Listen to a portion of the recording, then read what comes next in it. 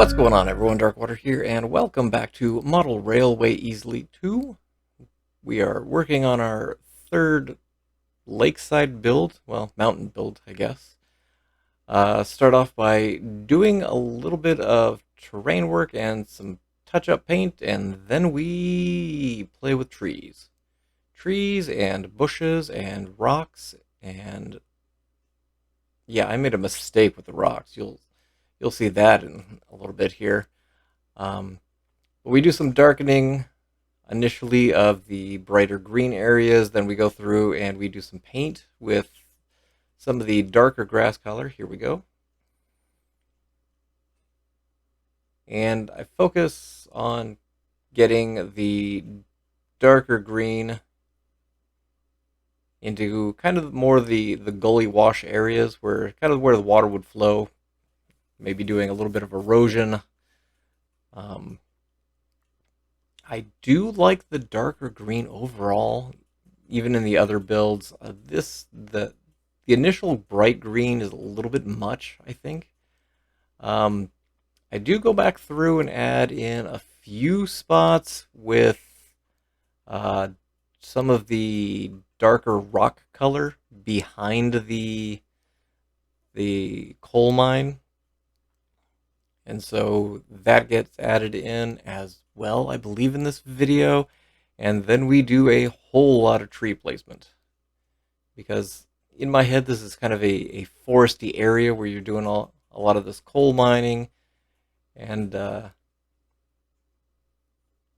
so we've used some of the rocks to fill in a little bit of this gap in between the upper road and the lower road. And it also gives it a little bit more natural feel, I think. I believe we add some plants later on to kind of give it a little bit more lived-in feel. But I pull through a bunch of trees, and again, some of the trees, I was thinking about using some of the red ones since we are currently in fall whenever I'm filming this. Decided to just go with the green leafy ones. And then shortly here, I realize how absolutely massive a few of these are. And I had forgotten how big some of these big trees are.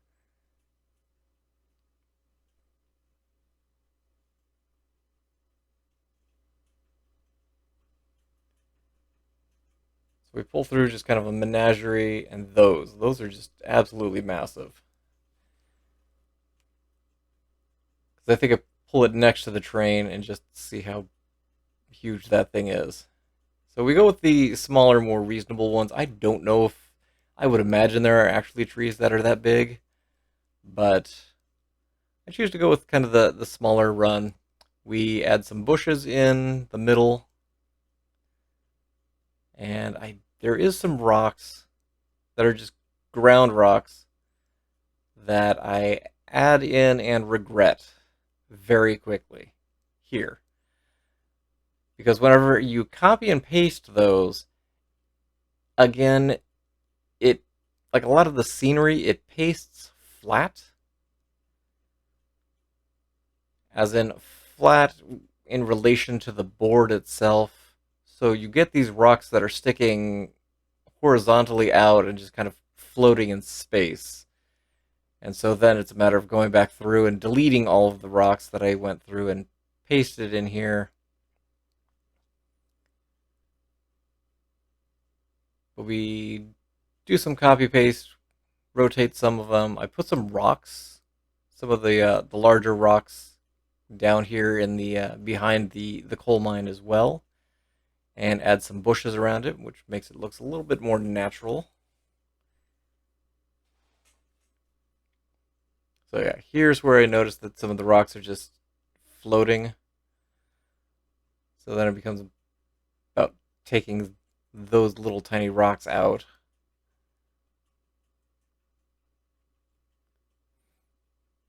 But we add a little bit more nature in here. We get some of the fern bushes just kind of hanging out on those two rocks that we just placed. I kind of wish that the bushes were a little bit more natural looking, I guess, because the trees look great, but the bushes look like rocks with bushes paint them on them. You can't move the trees down through the hill, so you only get like the top. So you could use a bush, something like that, but you don't have that ability. It actually just kind of sits firm on the level of the terrain hill. Do a little painting around the rocks, because I imagine some of the under areas might be exposed for where those rocks kind of pop out of the hill. So maybe grass hasn't fully formed on them. But we do a little bit of bush work coming around, and then we go back to adding in the trees to the front right section of the board. And that's about where we're going to end it.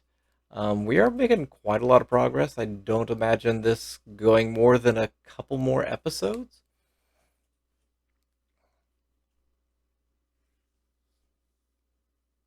Yeah, just trying to do a leafy overhang here, and it looks okay. If the bushes looked like the trees, I would be a lot more thrilled with them. At this point, I'm still trying to figure out what I'm doing on the left-hand side of the board, which is why I'm kind of focusing over here on the right. Just plus, there's a lot of just space to add in a bunch of trees. Get the trees off the tracks here, and again, dealing with the good old floating rocks.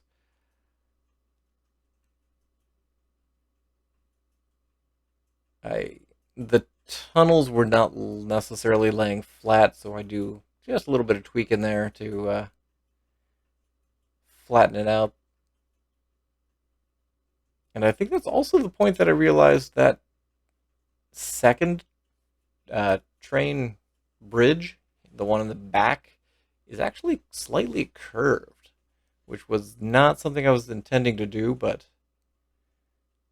I think it works. So we fill out basically all the trees on the right-hand side.